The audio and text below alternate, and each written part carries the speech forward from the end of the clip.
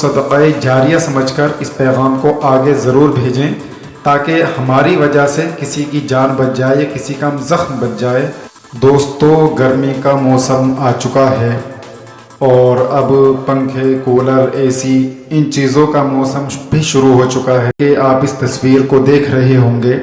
پرانے نٹ بولٹ ہونے کی وجہ سے یہ پنکھا گر گیا تھا اور بچے کے چوٹ لگ چکی ہے، اور پنکھوں کے نٹ بولٹ پرانے ہو چکے ہوں یا ڈھیلے ہو چکے ہوں، اس لیے پنکھا جب چلانا شروع کریں تو اس کے نٹ بولٹ صحیح سے چیک کر لیں، پرانے ہو تو نئے ڈلوا لیں اور صاف صفائی بھی کر لیں۔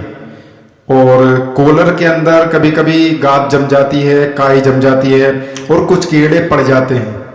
تو اس کی بھی صاف صفائی کر کے ہی آپ استعمال کریں، چلائیں۔ اسی طرح اے سی کا مسئلہ ہے، وہ بھی پورے جاڑوں بند رہتی ہے، تو اس کو بھی اچھی طریقے سے دیکھ لیں، صاف صفائی کر کے ہی چلائیں،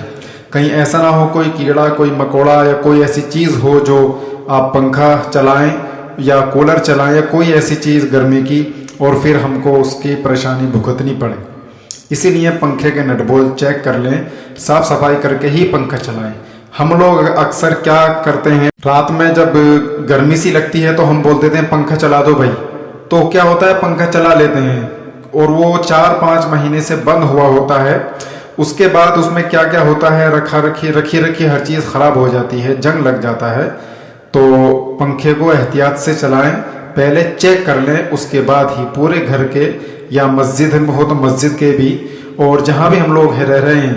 ہر چیز کو چیک کر کے ہی آپ پنکھے کو، ہر چیز کو استعمال کریں۔ اور پیغام اچھا لگا ہو تو صدقہ جاریہ سمجھ کر اس پیغام کو آگے ضرور بھیجیں